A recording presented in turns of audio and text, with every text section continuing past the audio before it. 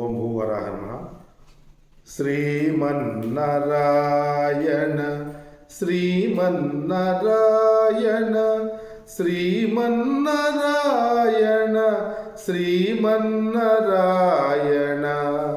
శ్రీమన్నారాయణ శ్రీమన్నారాయణ శ్రీమన్నారాయణ శ్రీమన్నారాయణ. విశ్వవీక్షకుల విజ్ఞప్తిగా మానవ జీవితానికి పరిష్కారంగా ఇప్పటి వరకు అఖండ మహాసంకల్పాన్ని పరమ కర్తవ్యంగా నిర్ధారణ చేసుకున్నాము.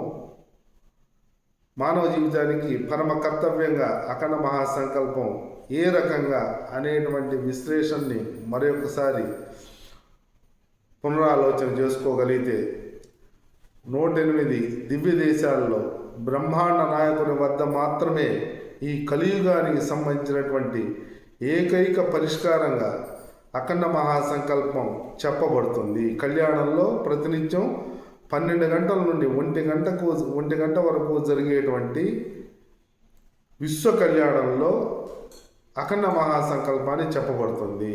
ఈ అఖండ మహాసంకల్పంలో 3 సూత్రాలని చూపించబడతాయి. ఈ 3 సూత్రాలు తర్వాత ఆ 3 సూత్రాలని 4 దిమ్మలు 4 గుండ్లుగా ఉంటాయి. ఆ 4 గుండ్లు సపోర్టు తోటి ఈ 3 సూత్రాలు ఉన్నాయి. 4 సంఖ్య ఆధారంగా ఈ 3 సూత్రాలు ఉన్నాయి. ఈ 4 సంఖ్యనే అనంతమైనటువంటి కాలం, అనేక యుగాలు, శ్వేతవరాహ కల్పే కాల రూపంలో పరమాత్మ ఉన్నాడు అనేటువంటి నిర్ధారణ జరుగుతుంది.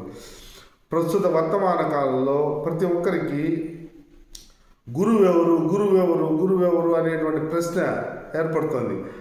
కలియుగంలో 5126 సంవత్సరాల్లో అనేక మంది గురువులుగా వచ్చారు, కానీ శిష్యత్వాలు మాత్రం లేవు. ఎందువల్ల శిష్యత్వాలు లేవు, శిష్య పరంపర లేదు అని అంటే, గురువులు వద్ద వారు శిష్యత్వంగా అర్హత సాధించే స్థితి 5126 సంవత్సరాల్లో అతి తక్కువ మందికి కలుగుతుంది. కారణం ఏంటంటే, పరమ గురువు అయినటువంటి ద్వాపర యుగంలోనే కృష్ణ పరమాత్మ పరమ గురువుగా కర్మయోగాన్ని, భక్తి యోగాన్ని, జ్ఞానయోగాన్ని 18 అధ్యాయాల ద్వారా 700 శ్లోకముల ద్వారా సమస్త పరిష్కారాలు అక్కడ ఉంచేశాడు. పరమ గురువు నేనే, విశ్వమంతా వ్యాపించి ఉన్నాను, బ్రహ్మ సరస్వతి రూపంలో ఉన్నాను, విధి విధానాల్ని ఇచ్చాను, లక్ష్మీనారాయణలాగా భూమాత పరమాత్మగా ఉన్నాను, శివపార్వతుల వలె ఉన్నాను అనేటువంటి తత్వాన్ని కర్మయోగము 6 అధ్యాయాలు, కర్మయోగము పరమకర్తవ్యము 6 అధ్యాయాలు, భక్తి యోగము, దేవాసురి సంపద, స్పష్టమైనటువంటి తర్క విచారణ ద్వారా స్పష్టత, 6 అధ్యాయాలు భక్తి యోగము, 6 అధ్యాయాలు జ్ఞాన యోగము ద్వారా సమస్త పరిష్కారాలు ఇవ్వబడ్డాయి. ఇంకా కలియుగంలో గురుత్వానికి ఆస్కారమే లేదు. ఎవరో గురువులుగా వచ్చినప్పటికీ వేద వాంగ్మయాల్ని నిర్ధారణ చేసి కొంతమంది మహానుభావులు కారణజన్మలు వచ్చి ఆ వేద వాంగ్మయాన్ని ఆచార సంప్రదాయాల శాస్త్ర సంప్రదాయాల్ని నిర్ధారణ చేసి అవి పరంపరగా కొనసాగేట్లు చేస్తూ అవి ఆచార సంప్రదాయాలను కొనసాగిస్తూ వస్తూ ఉన్నారు. కానీ శిష్యత్వాలు మాత్రం 5126 సంవత్సరాలు అసలు కలియుగంలో ఎప్పుడైతే ఆర్తులు, అర్ధార్థులు, జిజ్ఞాసులు, జ్ఞానులు అని 4 దశలుగా 800 కోట్ల మందిని విభజన చేసుకుంటే 200 కోట్ల మంది కనీసంగా ఆర్తులు ఉంటారు, 200 కోట్ల మంది అర్ధార్థులు, 200 కోట్ల మంది జిజ్ఞాసులు, 200 కోట్ల మంది జ్ఞానులు. ఈ రకంగా ప్రతి ప్రదేశంలోనూ దేశ కాల పరిస్థితుల్లో కలియుగంలో ధర్మం ఒక్క పాదం మీదే నడుస్తున్న కారణంగా సత్యము, శౌచము, దయ, తపస్సు ఇవి మూడు కుంటుతూ ఉంటాయి. ఒక్కటే సత్యాన్ని గుర్తించగలిగినటువంటి వాడు జ్ఞానస్థితిని పొంది వాళ్ళకి సంబంధించి ఆ జ్ఞానాన్ని పొంది శిష్యత్వానికి ఇచ్చేటువంటి ఆస్కారం లేనటువంటి స్థితిలో శిష్యత్వ అర్హతలు ఎవరు పొందటం లేదు. కారణం ఏంటంటే, అసతోమ సద్గమయ తమసోమ జ్యోతిర్గమయ మృత్యోర్మ అమృతంగమయ ఓం శాంతి శాంతి శాంతి. అసత్యంలోంచి, తమస్సులోంచి, మృతభావంలోంచి అసలు నేనెవరు అనేటువంటి ప్రశ్నే ఎవరికి పట్టడం లేదు. మాకు భలే ఉన్నాం అని చెప్పని మీడియాల ద్వారా వచ్చి ఎక్కడ ఏం జరుగుతున్నా వారికి సంబంధించిన అభిప్రాయాన్ని రకరకాలుగా వాదనలు, వేదాల ద్వారా వ్యక్తపరుస్తూ ఆత్మజ్ఞానం అని, బ్రహ్మజ్ఞానం అని, వేద వాంగ్మయం అని రకరకాల వాద వివాదాల్లో వెళ్ళిపోతూ ఉండటం జరుగుతుంది. అందుకని పరిష్కారంగా అఖండ మహాసంకల్పం బ్రహ్మాండ నాయకుల మధ్య ఇది ఎవరికి అసలు వివాదానికి ఆస్కారం లేనటువంటి విధంగా అఖండ మహాసంకల్పంలో వీక్షకులు ఉంటారు.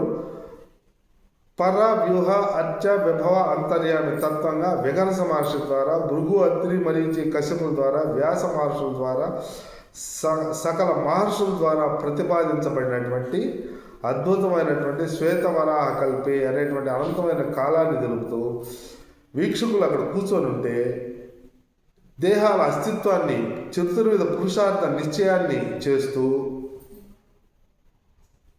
పరమాత్మ తత్వాన్ని, షడ్గుణైశ్వర్య తత్వాన్ని విశ్వమంతా వ్యాపించి ఉంటాడు. అగ్నితత్వంలో ఉంటాడు, జలతత్వంలో ఉంటాడు, ఆకాశతత్వంలో ఉంటాడు, వాయుతత్వంలో ఉంటాడు, అగ్నితత్వంలో ఉంటాడు అనేటువంటి తత్వాన్ని అక్కడ వ్యక్తం చేస్తూ మంత్రముల ద్వారా, మంత్రభావం ద్వారా నిర్గుణ స్థితి, వ్యాపక స్థితి పరమాత్మది అద్భుతమైనటువంటి బ్రహ్మాండం అంతా వ్యాపించి ఉంటాడు అనేటువంటి తత్వభావంతో విఘనస మహర్షులు చెప్పిన అంతర్భవించ తత్సర్వం వ్యాప్య పరమాత్మ స్థిత అంతర్యామి రూపంలో కూడా ఉంటాడు అనే నిర్ధారణ జరుగుతూ గురువులుగా బ్రహ్మదేవుల, సరస్వతి బ్రహ్మదేవులే ప్రస్తుత కాలంలో కూడా గురువులు, లక్ష్మీనారాయణులే గురువులు, శివపార్వతులే గురువులు.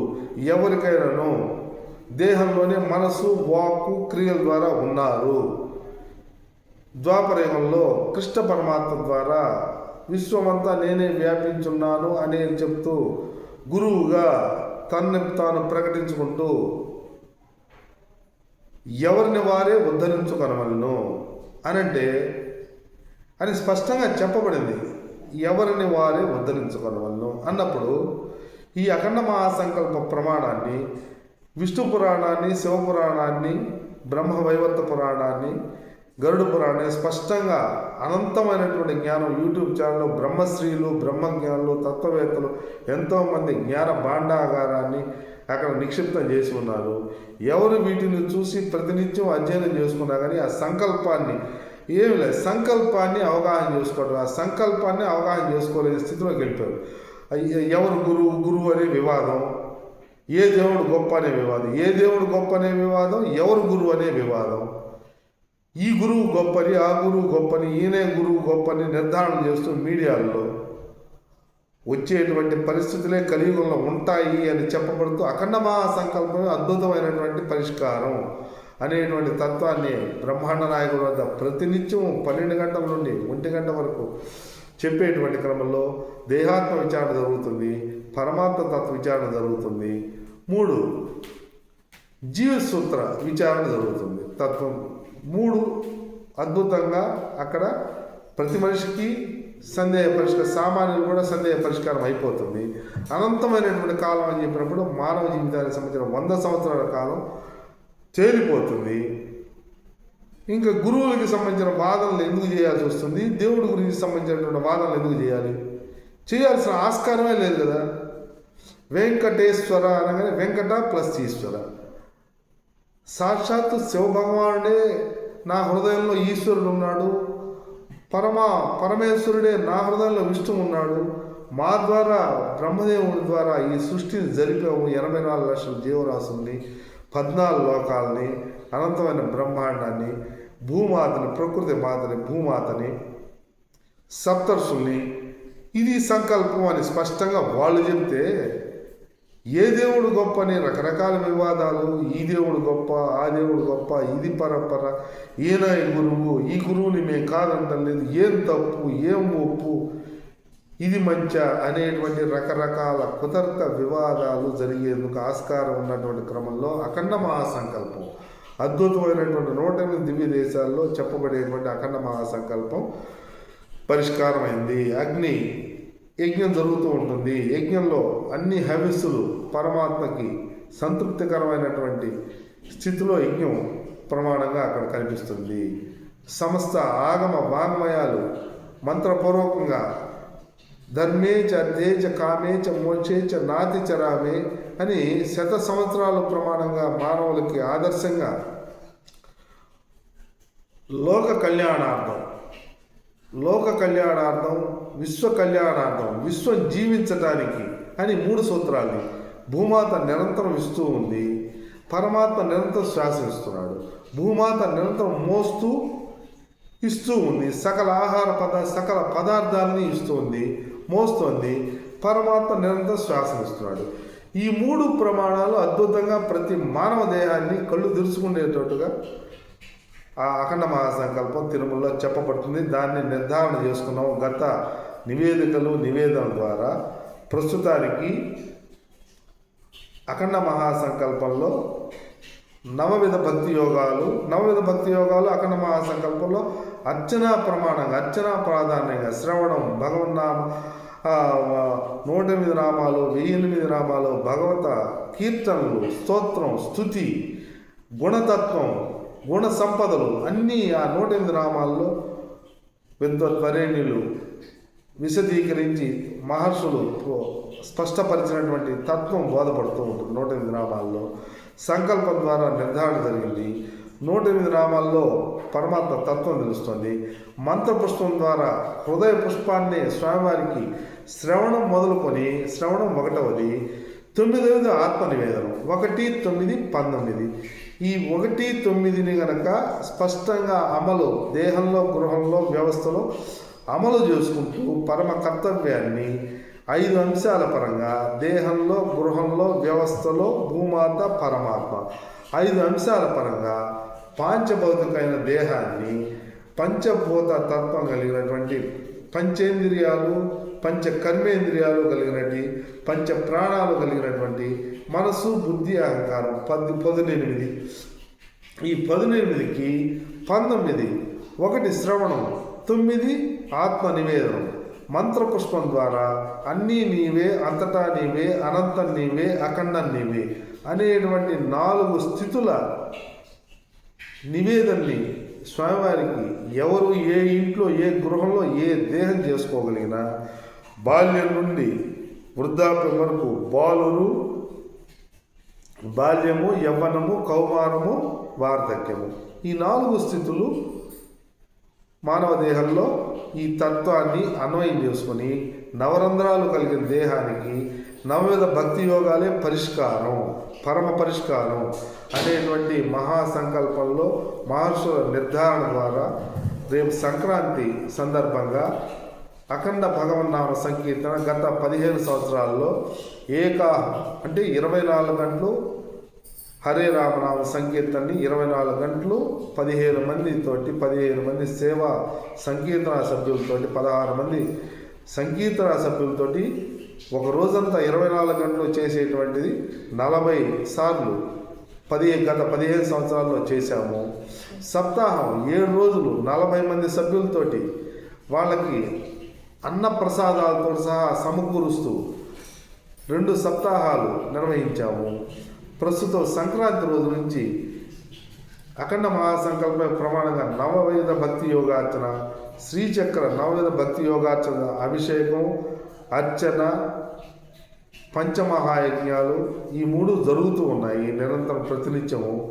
ఈ ప్రతినిత్యం జరిగేందుకు ఆధారం 108 దివ్య దేశాల్లో పరమాత్మని ఆవాహన చేసుకుంటూ 12 క్షేత్రాల్లో స్వయంభూ పరమాత్మని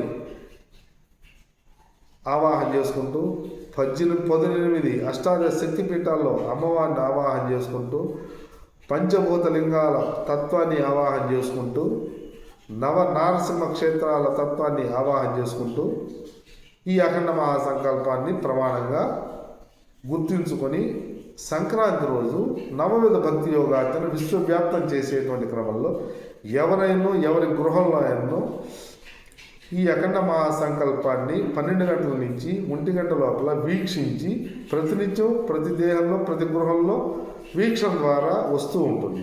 ఈ అఖండ మహాసంకల్పాన్ని ఈ 4 అంశాలని గుర్తించాల్సి ఉంటుంది. అందరూ మామూలుగా సహజంగా చూస్తూ ఉంటారు, పూజలు చేసుకుంటారు. మా పిల్లలు కానీ ఈ అర్ధకామాల్లోనే అర్చన జరుగుతూ ఉంటాయి. ప్రతి దేహంలో దేవాలయంలోకి పోయిన మేము 40 సంవత్సరాలు ఒక శతాబ్ది దేవాలయంలో చేసాం. ఈ దేవాలయంలో చేసినటువంటి క్రమంలో ఒక 5% మాత్రమే గ్రామాల్లో దేవాలయానికి వస్తూ క్షేత్రాలకు వెళ్తూ అర్ధకామాల్లోనే ఉన్నారు. నిర్ధారణ జరిగిపోతుంది. ఎవరు పెట్టినా బాల్యం నుంచి వృద్ధాప్యంలోకి సంపదలు కోరికలు, సంపదలు కోరికలు, సంపదలు కోరికలు, మృత్యువు, సంపదలు కోరికలు, మృత్యువు, సంపదలు కోరికలు, మృత్యువు, సంపదలు కోరికలు, మృత్యువు. ఇదే దేహాల్లో, గృహాల్లో, దేవాలయాల్లో స్పష్టమైనటువంటి ఒక శతాబ్ది నిర్ధారణ చేసుకున్నాము. ఇప్పుడు ఎవరైనా కానీ నిర్ధారణ చేసుకోవచ్చు. సంపదలు కోరికలు మృత్యువు, సంపదలు కోరికలు మృత్యువు, మళ్ళీ పుట్టుకలు, కావాల్సిన పుట్టుకలు 5126 సంవత్సరాల నుంచి ఆ 50 శతాబ్దుల్లో కొన్ని కోట్ల పుట్టుకలు, కొన్ని కోట్ల మృత్యువులు, కొన్ని కోట్ల పుట్టుకలు, కొన్ని కోట్ల మృత్యువులు, కొన్ని కోట్ల పుట్టుకలు, కొన్ని కోట్ల మృత్యువులు. ఇదే అర్ధకామాలు, గురువు అని వివాదాలు, దేవుడు ఎవరని వివాదాలు. అందుకని అఖండ మహాసంఘం మేము స్పష్టంగా చూసాము. దేవాలయాలు ఎవరు వచ్చినా లాస్ట్కి చిన్న పిల్లలతో సహా వచ్చి 20 గోత్రనామాలు చెప్పేది. దేవాలయం అంటే నిర్వచనం హుండీ, హారతి, తీర్థం. దేవాలయం అంటే తీర్థం, హారతి, హుండీ. ఈ ఈవోలు, ఐవార్ అనేది భక్తులు. ఈ భక్తులు వచ్చేది ఎప్పుడో ఒకసారి వచ్చేది. ఏ గ్రామాల్లో ఎవరు పరిశీలించుకోవచ్చు, బ్రహ్మాండంగా విచారణ చేసుకోవచ్చు. ఏ గ్రామంలో కూడా ఏ దేవాలయం నివేదనలు జరుగుతున్న ఏకాల నివేదనలు స్పష్టంగా మహర్షులు, వికనస మహర్షి భక్త్యా భగవంతం నారాయణ మర్చే స్పష్టమైనటువంటి కార్యనిర్వాహకత్వంతో ఏకకాలార్చన, ద్వికాలార్చన, త్రికాలార్చన, షట్కాలార్చన 6 కాలాల్లో స్వామివారికి నివేదన జరిపేందుకు షోడశ ఉపచార నివేదన జరిగేందుకు అవకాశం ఉన్నది అని స్పష్టపరచబడింది. ఇది కేవలం క్షేత్రాల్లోనే జరుగుతుంది. గ్రామాల్లో ఏకకాలంలో నివేదన జరిగే ఆస్కారాలే లేకుండా అనేటువంటి దీన స్థితిలోకి వెళ్ళిపోయినటువంటి క్రమంలో దీనికి పరిష్కారంగా ఈ గృహంలో చెప్పుకోగలిగితే కనీసం ఆ సంకల్పం అన్న అఖండ మహాసంకల్పంలో ఆ సంకల్పంలో చేసుకోకపోతే గృహాలన్నా ఈ రాబోయేటువంటి పెద్దవాళ్ళు కొన్ని గృహాలైనా బాగుండేందుకు, స్పష్టంగా ఉండేందుకు ఆ అఖండ మహాసంకల్పాన్ని ఆశ్రయించుకోగలిగితే అక్కడ నరసింహస్వామి కూడా ఉన్నాడు. ఎవరికైనా ప్రహ్లాద ప్రమాణాన్ని, గురువు ఎవరు అంటే నరసింహావతారం, అక్కడ కూడా ప్రహ్లాద ప్రమాణాన్ని ప్రహ్లాదుడు కృతయుగంలో గర్భంలోని నవవిధ భక్తి యోగాల్ని, రామచంద్రమూర్తి నవవిధ భక్తి యోగాల్ని, ద్వాపరయుగంలో ధర్మరాజాదులు నవవిధ భక్తి యోగాల్ని స్పష్టపరిచారు.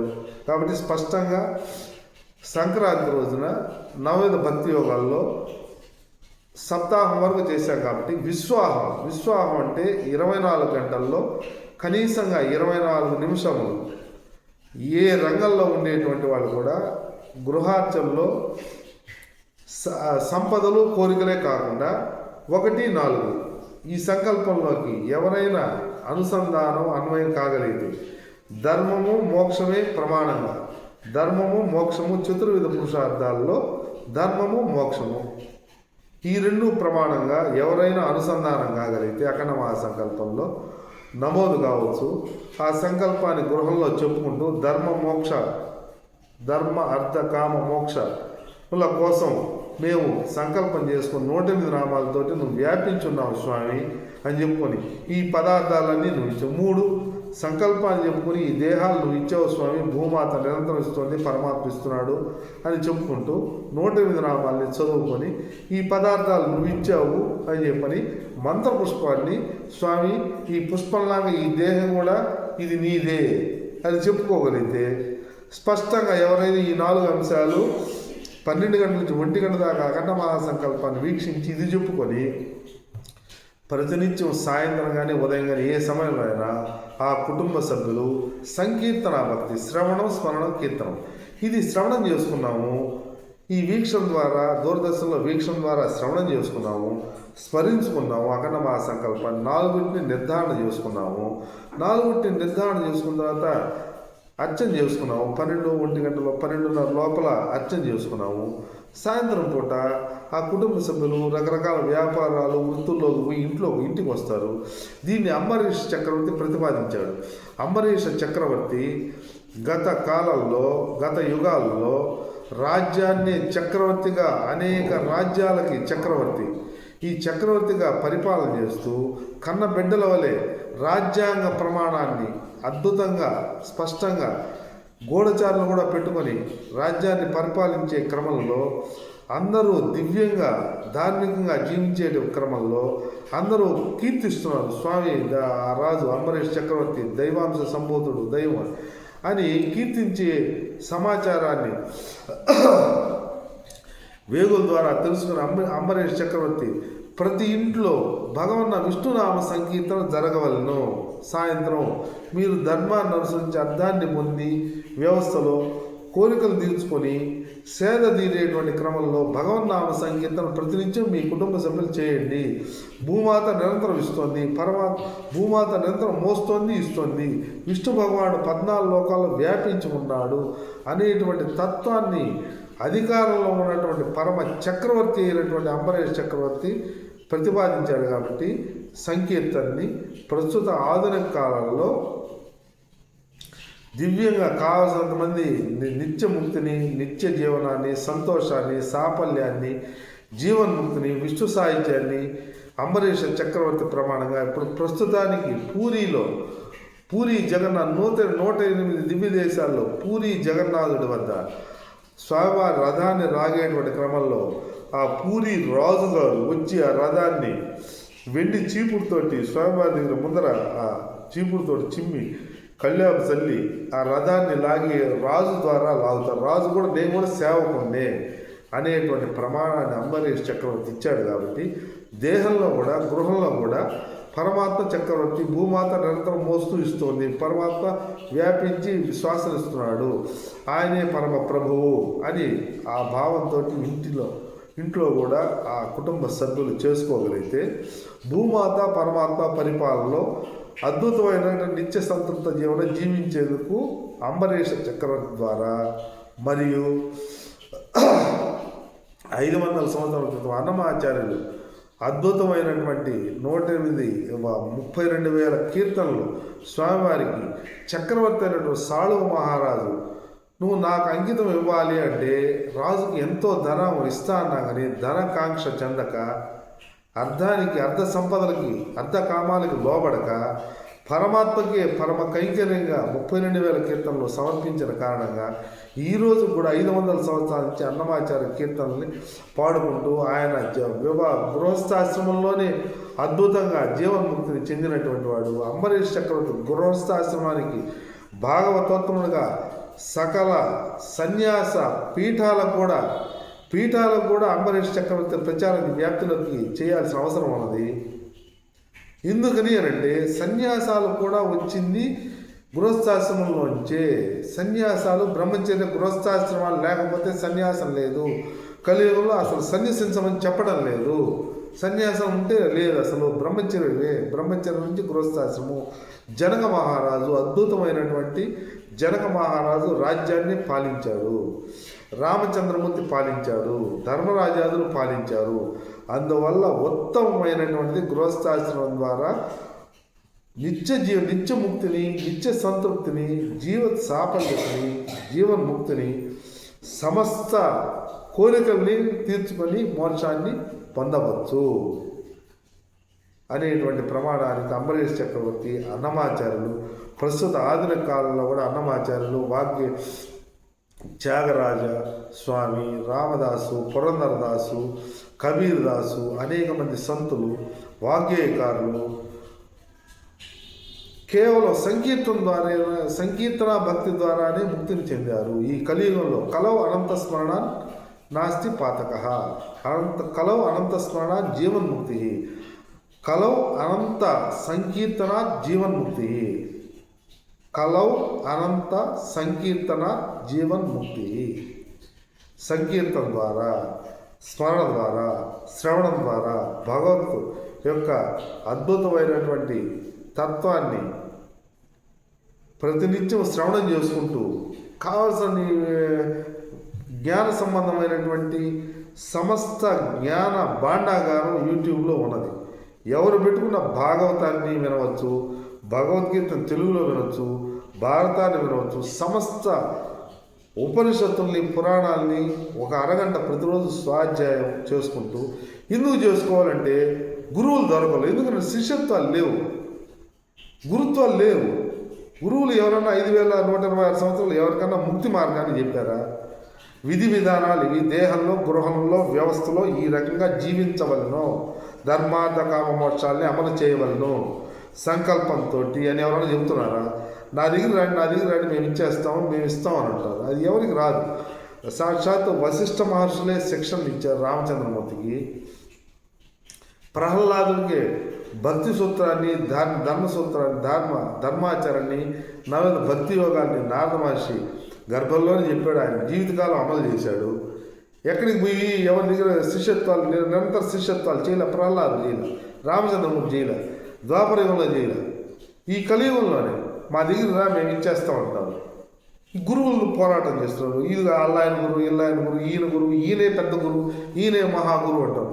కృష్ణ పరమాత్మ 18 అధ్యాయాలు 18 అధ్యాయాలు 700 శ్లోకాల్లో అద్వైతామృత వర్షిణి అని చెప్పని అద్వైతము అనేటువంటి అమృతాన్ని ప్రతి అక్షరంలో నేను ఇచ్చాను, ఇంకా మీకు ఇంకా కొదవలేదు అని విష్ణు సహస్రనామం ద్వారా, విష్ణు సహస్రనామంలో విశ్వమంతా ఉంది. ఇంకా నీ దేహం ఏం చేయాలో ఆలోచించి విచారణ చేసి అసత్యంలోంచి సత్యంలోకి వచ్చి, తమస్సులోంచి వివేకంలోకి వచ్చి, మృతంలోంచి అమృతత్వాన్ని నీకు నువ్వే సాధన అఖండ మహాసంకల్పం ద్వారా చేసుకో అని బాల్యంలోనే చెప్పబడుతుంది. ఎవరికి గురువు కావాలా? శిష్యత్వం ఏది? దేహం ఏం చేయాలి అనేటువంటిది పరిస్థితి లేదు కదా. అందుకని స్పష్టమైనటువంటి తర్క విచారణ ద్వారా అఖండ మహాసంకల్పాన్ని చేసుకోగలిగితే ఎవరికైనా సమాధానం దొరుకుతుంది. ఎవరిని వారు ఉద్ధరించుకోవచ్చు.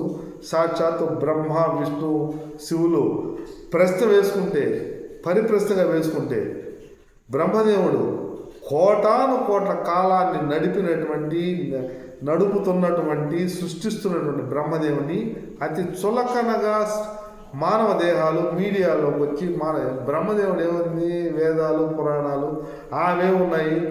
ఆ 4 వేదాలు శివుడి గురించి చెప్పేస్తాయి, 4 వేదాలు విష్ణువు గురించి చెప్పేస్తాయి, 4 వేదాలు బ్రహ్మ గురించి చెప్పేస్తాయి. ఆ ఏమి ఉన్నాయి, పురాణాలు ఏమున్నాయి, వేదాలు ఏమున్నాయి. ఇదిగో అల్లాయన చాలా గొప్పవాడు, ఇదిగో ఈయన చాలా గొప్పవాడు. కలియుగంలో ఒక 40 సంవత్సరాలు 50 సంవత్సరాలు ఉన్నవాడిని గొప్పవాడుగా భ్రమిస్తూ కోటాను కోట్ల సంవత్సరాలని నడుపుతున్నాడు బ్రహ్మ సరస్వతులు సృష్టించి విధి విధానాలనిచ్చి. ఏ మానవ దేహం ఒక్క అక్షరం మాట్లాడిందన్నా అది బ్రహ్మ సరస్వతులే.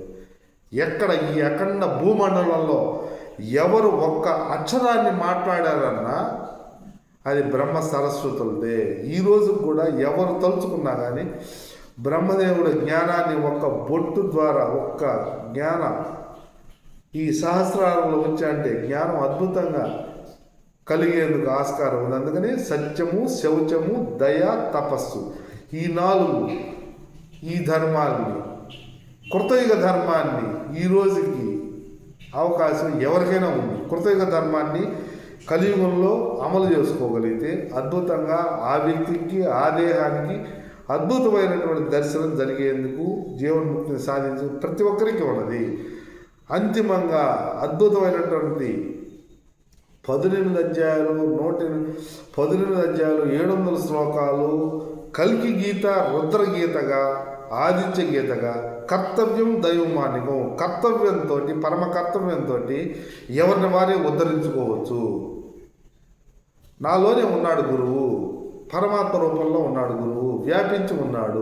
ఇంకా కర్తవ్యం చేసుకోవటమే. దేహంలో కర్తవ్యం, గృహంలో కర్తవ్యం, వ్యవస్థలో కర్తవ్యం. భూమాత నిరంతరం మోస్తూ ఉంది, ఇస్తుంది, శ్వాసించాడు. ఇంకా సందేహం ఎక్కడిది?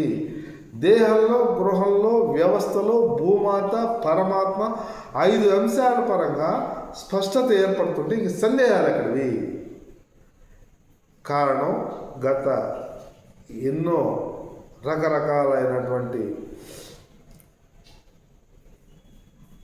దురిత క్షయ ద్వారా అనేటువంటి దాన్ని అఖండ మహాసంకల్పం. ఈ దురిత క్షయ ద్వారా అంటే పూర్వ జన్మలో చేసుకున్నటువంటి కర్మఫలాలన్నీ దేహంలో నిక్షిప్తమైన కారణంగా అందుకనే శ్రవణం స్మరణం చేసుకుంటూ ఉంటే దేహంలో గృహంలో వ్యవస్థలో మొత్తం వ్యాపించున్నాడని బండి మీద పోతూ బస్సులో పోతూ ట్రైన్లో పోతూ ఏ కాలంలో అయినా కానీ భగవన్ నామస్మరణ లోపల అంతర్ముఖంగా వ్యాపించున్నాడు అనేటువంటి ప్రమాణంలో ఎవరు చేసుకోవడానికి ఎవరికి ఇబ్బంది, ఎవరికి అభ్యంతరం ఉండేందుకు స్మరణ అవకాశమే లేదు. వ్యాపించున్నాడు పంచభూత తత్వంలో అని స్మరణ 24 గంటల నిద్రా సమయం మినహాయించి 6 గంటలు 18 గంటలు ప్రతి మనిషికి 8 గంటలు పనిచేస్తుంటాడు. ఆ 8 గంటలు కూడా అంతర్ముఖంగా భగవన్నామస్మరణ జరుగుతూ ఏ పన్నైనా చేసుకునేదానికి ఆస్కారం ప్రతి ఒక్క మనిషికి ఉన్నది. ఎందుకంటే అంబరీష్ చక్రవర్తే చేశాడు రాజ్యాన్ని, జనక మహారాజే చేశాడు రాజ్యాన్ని, అన్నింటినీ పాలించి సమస్త కర్తవ్యాలను చేశారు వాళ్ళు. రాజ్యాన్ని పాలించారు, దేహాల్లో గృహాల్లో పుత్రులు సమస్తాన్ని చేశారు. ఒక దేహంలో గృహంలో బయటికి పోయి 8 గంటలు పనిచేస్తే డబ్బులు వస్తాయి, ధనం వస్తుంది. దానికే ఇంకా ఏదేదో రకరకాల గురువులని దేవుడని రకరకాల స్పష్టంగా తర్క విచారం చేసుకోకపోతే మాత్రం అనేక సందేహాలు ఏర్పడిపోతాయి. కాబట్టి అఖండ భగవన్నామ సంకీర్తన సంక్రాంతి రోజు 24 నిమిషాల సేపు ఏ దేహంలో గృహంలో అయినా కానీ ఆ కుటుంబ సభ్యులు వ్యాపించి ఉన్నాడు సంకీర్తన ప్రమాణంగా అంబరీష్ చక్రవర్తి అన్నమాచార్యులు సమస్త వాగ్గేయకారుల ప్రమాణంగా సంకీర్తన భక్తిని ఆవిష్కరించుకునేటువంటి క్రమంలో దీన్ని రేపు ఇంకొక వరుసగా 2 ఎపిసోడ్ల ద్వారా దీన్ని వ్యక్తం చేస్తూ సంక్రాంతి రోజు సాయంత్రం 7 గంటలకు ఆవిష్కరిస్తున్నాము. వరుసగా 7 రోజులు సప్తాహంగా 7 రోజులు 24 నిమిషాలు జరుగుతుంది. దీన్ని ఎవరైనా వాళ్ళ గృహంలో వారికి వారు చేసుకోవచ్చు. ఈ చేసుకున్నటువంటి దాని ఫలము 100కి 200% అది వాళ్ళదే.